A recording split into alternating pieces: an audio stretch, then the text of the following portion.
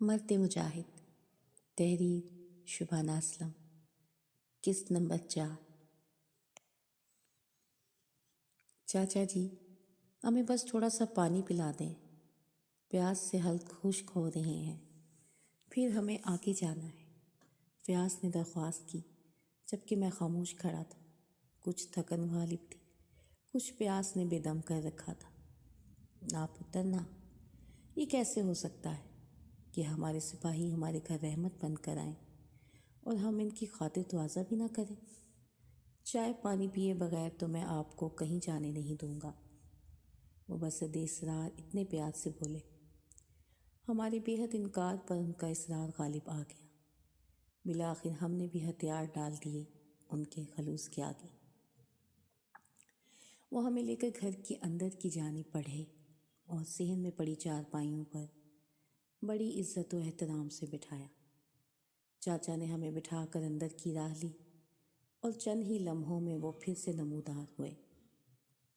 ان کے ہاتھ میں 2 شفاف بلوری گلاس اور پانی سے بھرا ایک جگ تھامے ٹرے تھی۔ میں پانی دیکھ کر بےتاب ہو گیا۔ میں نے خشک ہونٹوں پہ زباں پھیری اور انہوں نے جگ سے پانی انڈیل کر ہم دونوں کو تھمایا۔ میں ایک ہی سانس میں گٹاگٹ چڑھا گیا اور پانی گلاس میں ڈالا، وہ بھی حلق میں انڈیل لیا۔ یوں لگ رہا تھا کہ جیسے صدیوں کی پیاس لگی۔ چاچا مسکرا رہے تھے۔ پھر ہم چاچا کو رفیق سے گپ شپ میں مصروف ہو گئے، کیونکہ وہ بھی آرمی سے ریٹائرڈ تھے۔ اب چلیں چاچا جی، اجازت؟ میں نے اجازت طلب نظروں سے دیکھا۔ بیٹھو بیٹا، اتنی جلدی میں نہیں جانے دوں گا، چاچا رفیق نے ہاتھ اٹھا کر روکا۔ میں تو جانے کے لیے تیار ہو چکا تھا، اپنی جگہ تھم کر رہ گیا، نظریں سامنے جم کر رہ گئی۔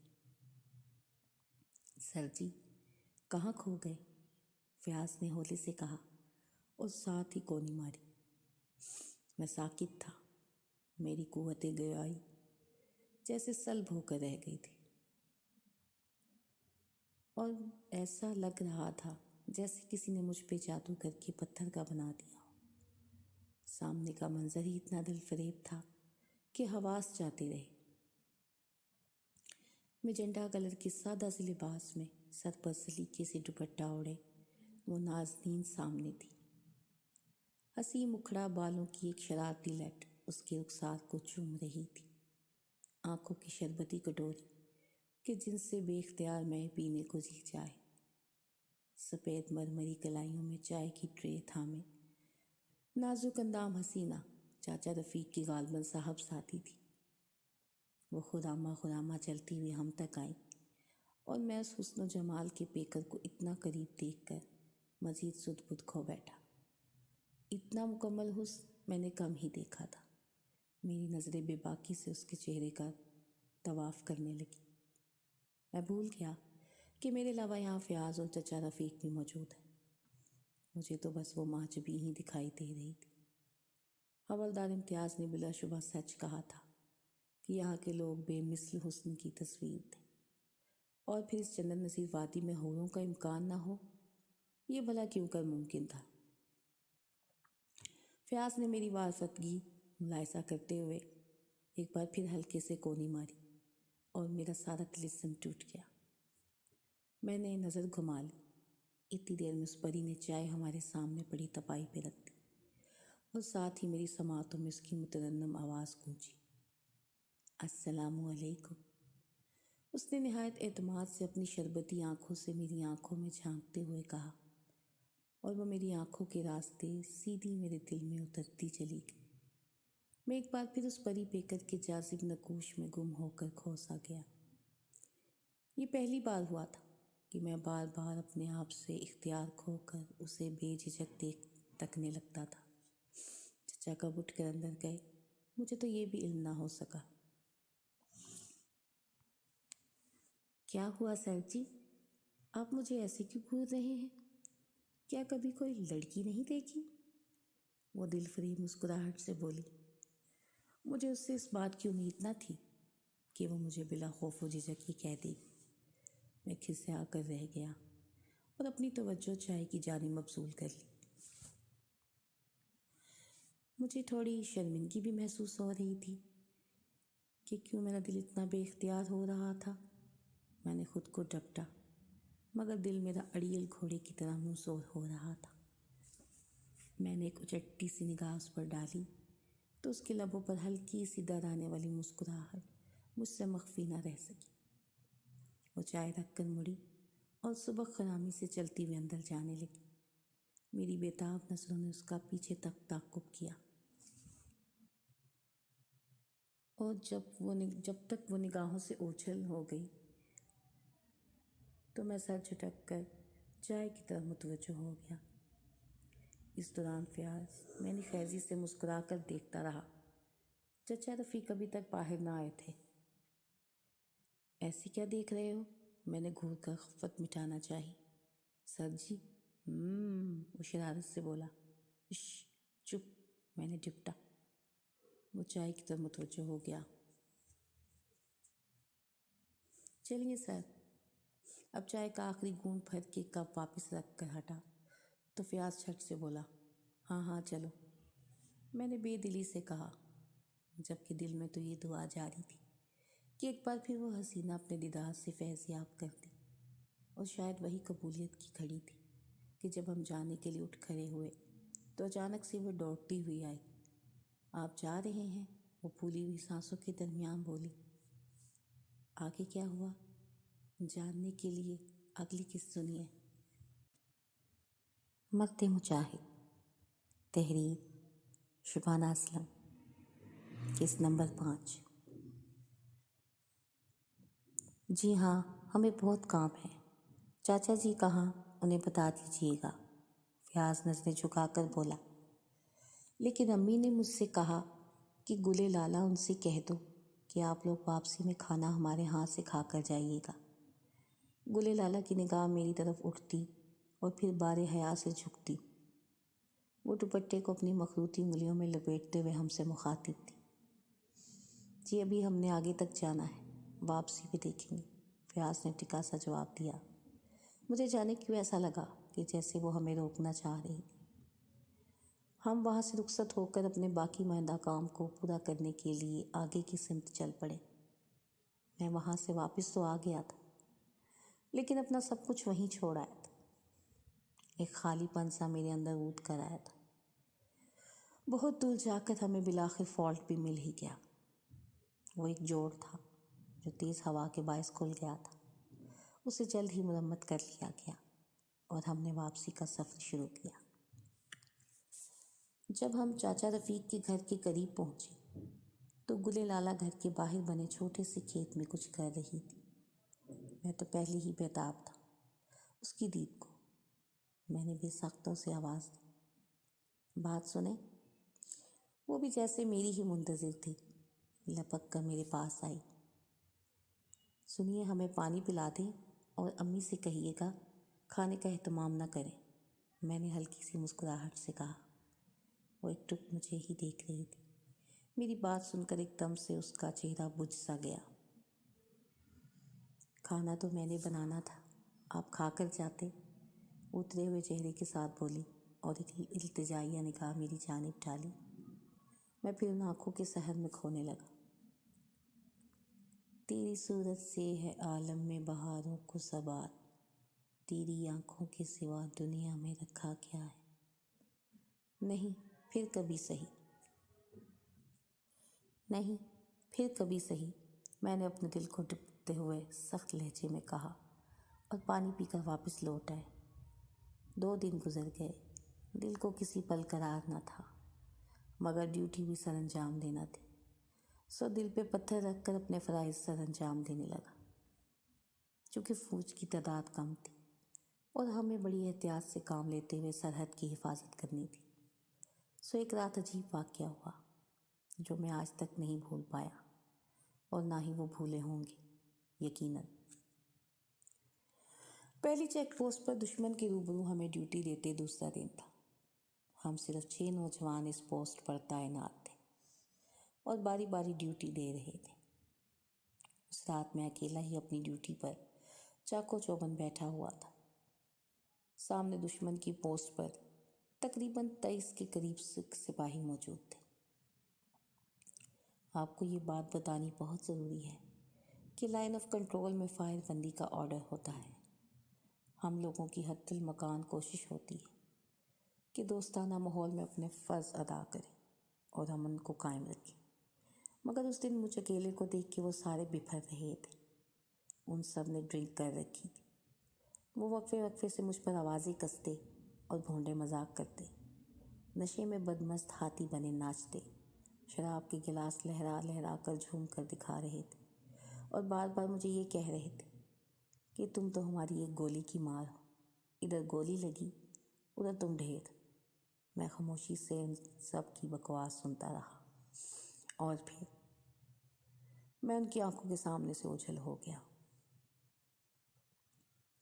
یہ غازی یہ تیرے پراسرار بندے، جنہیں تو نے بخشا ہے ذوق خدائی، دو نیم آنکھیں ان کی ٹھوکر سے صحرا، اور دریا سمٹ کر پہاڑ ان کی ہیبت سے رائی،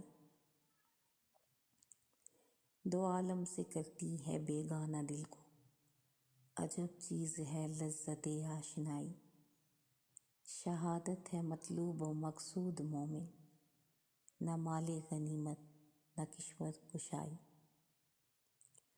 ان کے گل گپاڑے اور بدمستی کے دوران میں اچانک سے ان کی نظروں کے سامنے سے غائب ہو گیا۔ پہلے تو وہ اپنی خرمستیوں میں لگے ہوئے تھے، مگر پھر انہیں میری عدم موجودگی کا احساس ہوا۔ تقریباً 10 سے 15 منٹ بعد انہیں کسی انہونی کا احساس ہوا۔ انہوں نے ٹارچ کی روشنیاں ہماری پوسٹ کی طرف ڈالی اور انگشتیں بدندہ رہ گئے۔ جتنی بھی بڑی گنیں پوزیشن میں نصب تھی ان کے کور اترے ہوئے تھے، اور میں اپنے بنکر سے G3 مارٹر گنز اور دیگر اسلحہ لا کر ان کا رخ ان کی جانب کر کے لوڈ کر چکا تھا۔ ان کی آنکھیں دہشت سے پھٹی کی پھٹی رہ گئی اور ان کے ہاتھوں کے طوطے اڑ گئے۔ وہ سب شور مچانے لگے، انہیں جان کے لالے پڑ گئے تھے۔ شور کی آواز سن کر میرے سینئر آفیسر نے آ کر سارا منظر دیکھا اور مجھے خوب ڈانٹ پلائی، اور پھر ایکسٹرا اسلحہ اٹھوا کر واپس بنکر میں رکھوایا۔ سکھوں کا اچھا نشہ حرن ہوا تھا۔ وہ شور مچا مچا کر کہہ رہے تھے کہ یہ ہمیں مارنے لگا تھا۔ خیر پھر سینئرز میں بات ہوئی اور معاملہ ٹھنڈا پڑ گیا۔ میں دل ہی دل میں مسکرایا اور وہ خوب سٹ بٹھائے۔ اس واقعے کے بعد لوگوں نے مجھے دوبارہ چھیڑنے کی کوشش نہیں کی، اور جس دن میرا وہاں سے ٹرانسفر ہوا تو ایک سکھ آفیسر نے مجھے مخاطب کر کے کہا، جانتے ہو کیا کہا اس نے؟ اس نے کہا، ماما پت جمدیاں تے شیر جمدیاں کدی کدی، اور وکٹری کا نشان بنا کر دکھایا۔ میں نے بھی مسکرا کر سر کو خم کر دیا۔ آگے کیا ہوا سنیے اگلی قسط میں۔ مرد مجاہد، تحریر شبانہ اسلم، قسط نمبر 7۔ ڈیوٹی سے فارغ ہو کر جب میں اپنے بستر پر آتا تو وہ حسن کی دیوی چھن سے دل کے دریچے میں دستک دینے لگتی۔ میں بے کل سا رہنے لگا تھا۔ مجھے اٹھتے بیٹھتے اس کی یاد ستاتی، کہیں قرار نہ ملتا، نہ دوران ڈیوٹی نہ آف ڈیوٹی۔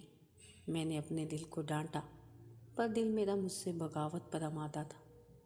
میں نے دل کو بہلایا پھسلایا، لاکھ پہرے بٹھائے، مگر پھر بھی ہار گیا، اور ایک بار پھر دیدار یار کی تڑپ نے میرے دل کو گھٹنے ٹیکنے پر مجبور کر دیا اور میرے قدموں کو کشاں کشاں کھینچ کر در مطلوب پہ لے گئی۔ اس دن جمعۃ المبارک کا دن تھا۔ میں نے ایک دن پہلے ہی حوالدار امتیاز کو آگاہ کر دیا تھا کہ میں کل جمعۃ المبارک کی نماز گاؤں کی قریبی مسجد میں جا کر ادا کروں گا، کیونکہ گاؤں کی مسجد کے راستے میں چچا رفیق کا گھر بھی آتا تھا۔ میں نے غسل کیا اور اچھے سے کپڑے زیب تن کیے اور نماز جمعہ سے 2 گھنٹے پہلے ہی روانہ ہو گیا۔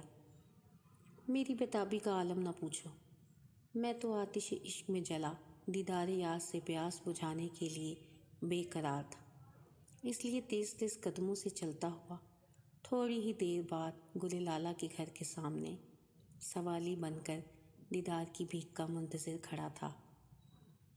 رفیق چچا، رفیق چچا، میں نے دروازے پر دستک دینے کے ساتھ ساتھ آواز بھی لگائی، مگر جواب نہ دارد۔ میرا سارا جوش جھاگ کی طرح بیٹھ گیا۔ لگتا ہے کوئی گھر پہ نہیں ہے۔ میں مایوس سا پلٹنے لگا تھا کہ اس مانوس آواز کو سن کر میرے تن بدن میں جان سی آ گئی۔ گھر پر کوئی نہیں ہے۔ ابو جی امی کو لے کر شہر گئے ہیں۔ کل رات سے امی کی طبیعت ٹھیک نہیں تھی۔ گلے لالا کی پریشان زدہ آواز دیوار کے دوسری طرف سے آئی۔ اوہو، اللہ پاک انہیں جلد صحت یاب کرے، میں نے سن کر کہا۔ آمین، شکریہ۔ اس کی دھیمی سی آواز دوبارہ ابھری۔ سنیں، کیا پانی مل سکتا ہے؟ میں نے بےتابی سے پوچھا اور جواب سن کر مسکرا اٹھا۔ سر جی، پانی نہیں ملے گا۔ ہاں، لسی مل جائے گی، کہتے ہیں تو پیش کروں؟ اس کی کھنکتی ہوئی آواز آئی جس میں شرارت کا رنگ صاف معلوم ہو رہا تھا۔ یہ کہتے ساتھ اس نے دروازے کو کھولا اور دروازہ کھلتے ہی میری پیاسی روح کو قرار سا آ گیا۔ اس نے پلین سرخ سوٹ پہن رکھا تھا اور اس کے لب و رخسار اس کے کپڑوں کے ہم رنگ ہو کر اسے اور بھی حسین بنا رہے تھے۔ اس کا لاجواب حسن دیکھ کے میری آنکھیں خیرہ ہو گئیں۔ وہ میری آنکھوں میں آنکھیں ڈالے ایسی قاتلانہ ادا سے دیکھ رہی تھی کہ میں دل تھام کر رہ گیا۔ نزاکت لے کر آنکھوں میں وہ ان کا دیکھنا توبہ، الہی ہم انہیں دیکھیں یا ان کا دیکھ نہ دیکھیں۔ میں نرم گرم نظروں سے اسے تکنے لگا۔ اس نے میری نظروں کا مفہوم دیکھ کر صورت سے نظروں کا زاویہ بدلا اور چارپے پر بیٹھنے کا اشارہ کیا۔ آپ تشریف رکھیں، میں بھائی کو بھیجتی ہوں، وہ کہہ کر پلٹی۔ میں خاموشی سے بیٹھ کے انتظار کے پل پل گننے لگا۔ دل ناداں تو اسے ہمک ہمک کر دیکھنے کا تمنائی تھا، مگر دل کو طفل تسلی دی تو وہ دبک کر بیٹھ گیا۔ تھوڑی ہی دیر بعد وہ لسی سے بھرا جگ اور گلاس لے کر دوبارہ نمودار ہوئی۔ اس نے میز پر ٹرے رکھی تو اس کی کلائیوں میں سجی چوڑیاں کھنک اٹھی۔ میں پھرتے شوق سے اس کے گورے گورے ہاتھوں کو تکنے لگا جن میں سرخ رنگی چوڑیاں عجب بہار دکھلا رہی تھیں، اور پھر میری نظریں اس کے ہاتھوں سے ہوتے ہوئے اس کے چہرے پر گڑ گئی۔ اس کے حسن کا مقناطیس میری بصارت کے لوہے کو ہمیشہ اپنی جانب کھینچ لیتا تھا۔ اس نے کھنکتی چوڑیوں کے ساتھ گلاس میں لسی انڈیلی اور جگ واپس رکھا۔ اس دوران میں اس کی چوڑیوں کے جل ترنگ کو بھی سنتا رہا۔ آپ اپنا گلاس ختم کر کے اور ڈال لیجئے گا، میں چلتی ہوں، وہ گلاس میری طرف بڑھاتے ہوئے لجھا کر بولی۔ کیوں؟ آپ کہاں جا رہی ہو؟ میں نے چونک کر دیکھا اور وہ ہنس پڑی۔ وہ نا سر جی، کیا ہے کہ آپ گھورتے بہت ہیں تو مجھے ڈر لگتا ہے، وہ شرارت سے بول کر ایک بار پھر سے ہنس پڑی۔ وہ کشمیری کلی ہنسی تو جیسے گھنٹیاں سی بج اٹھیں۔ اس کی ہنسی میں میری ہنسی کی آواز بھی شامل ہو گئی۔ آپ لسی پئیں اور نماز کے لیے جائیے، میں ذرا کھانا بنا لوں، اور ہاں، آج کھانا کھا کے جانا ہے آپ نے، اسے میری درخواست سمجھ لیجئے، وہ دھیمے لہجے میں تاکید کرتی ہوئی بولی اور ساتھ ہی اپنی لمبی خمدار پلکیں معصومیت سے جھپکائی۔ بھائی پتہ نہیں کہاں چلا گیا، وہ بھی گھر میں اگر ہوتا تو بھی ٹھیک تھا، وہ دھیرے سے رخ موڑ کر بولی۔ جی ٹھیک، میں نے ہپناٹائز ہو کر اس بات میں سر ہلا دیا۔ وہ مورنی کی چال چلتی ہوئی اندر چلی گئی۔